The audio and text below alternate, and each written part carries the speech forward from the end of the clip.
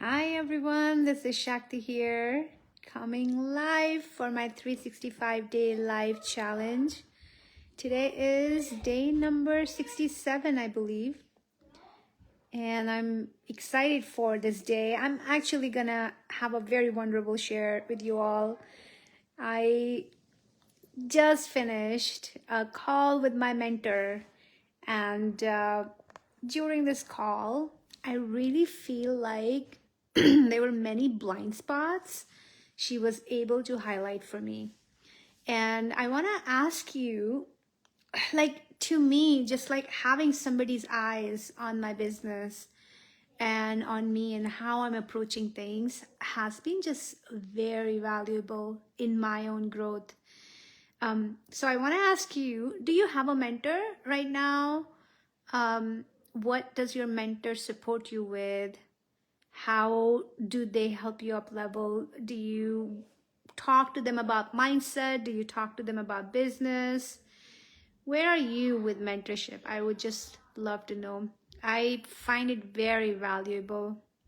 I have had multiple mentors at the same time, and honestly, because this is how much work it takes for me to just show up, honestly. Like, I'm such a work in the progress at all times that it does take a lot of support from a lot of different people.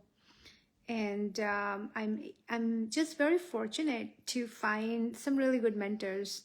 And I wouldn't say that everybody, like 100%, every single person has taught me so much about me and about how they approach things and what their perspective is.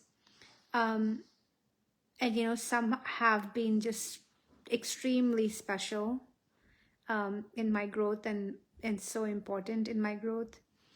And some are no, I think every mentor I had has been just incredible, like really gifted people. So, and I see a lot of people out there, they hire mentorship, but they're not able to get the support that they need. One thing that I want to share on that topic, and if you are somebody who have experienced that, I want to just normalize, it's very common to hire somebody and not get the support you need. So one thing that I have learned, like couple things actually. The first thing that I always begin with any relationship with a mentor or hiring decision for a mentor is I really be like so sure about what is the reason I need to hire someone. And if this reason is about because I think XYZ is really good or has a lot of knowledge, then for me, this is how my decision making work. For me, that doesn't really give me the result I need.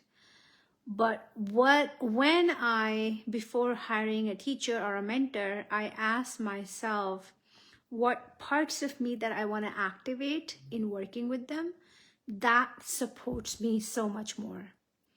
And so if you start to really think about it, in this like second scenario, what aspect of me do I want to open up or highlight or really lead from that I can learn from this person is about me. I'm not putting the responsibility of my results, my business growth, my thing on somebody else.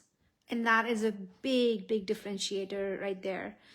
Because the moment we start to put responsibility of what we want on someone else, that moment we go in a space of codependency. And in that space of codependency, there's really that nothing pulls you forward in your truth, in your empowerment. And that is when I personally, for me, if there's been a relationship that had not worked, which honestly I cannot think of even a single one, but that has been my go-to question for me to ask. Why? What within me needs that shift and to like really go commit in that shift? And that shift is what brings the result. So that's number one. Number two is that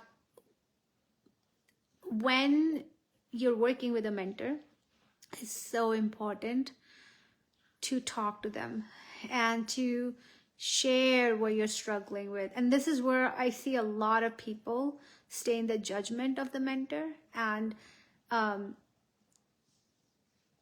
and like resist them and judge them, make it like, okay, my mentor is bad. But there's no such thing as your mentor being bad. And I know I'm not talking with a great deal of sensitivity here, but the thing is, the mentor is going to trigger something in you. And because you are stretching, because there's a process of stretching, there's a process of growth involved. And it can be hard, but it can also be so easy if, you know, all of us just talk to our mentor and tell them how we feel, and just being like radically honest with them and allowing them to support even when things get rough. There's a lot of like energetics involved in relationships, in a client mentor relationship.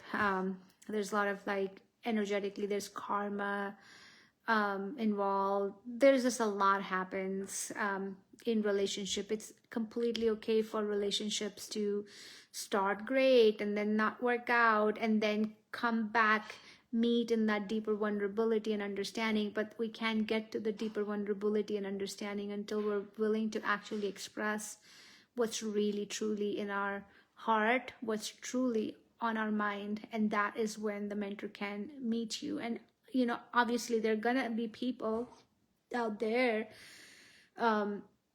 that won't meet you in that space of vulnerability, and that's when you know this is not the right fit for you. So I wasn't really thinking about sharing all this and talking to you for this long. I was just like here, just appreciating the support of mentorship that I got to really lean on today. And honestly, the things that my mentor brought up today, I wasn't even thinking about it. I wasn't thinking about the things that she pointed out.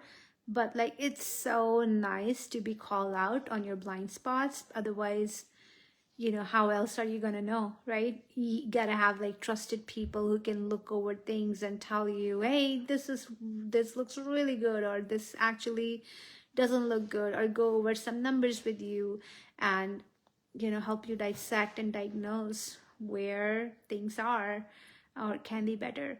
So I'm just deeply appreciative of the support. Mentorship is one thing that is so pivotal at every step of the way.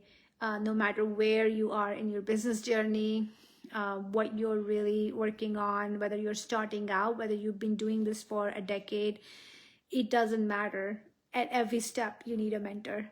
And especially, I think having somebody in your corner is so important, especially for people who don't come from background and family, the families where there has been a lot of entrepreneurs. Like, I don't come from a place where I saw a lot of entrepreneurs around me. So, you know, my people don't really get it. My family doesn't really get it, even though my husband does, which has been a tremendous support. But most people around me, the world I come from is actually corporate world. And people don't really pursue entrepreneurship, or I would say a small minority do pursue entrepreneurship. And it's really kind of nice to be able to lean on supportive communities outside of our known network, and to have mentors who can really support us in our process of growth.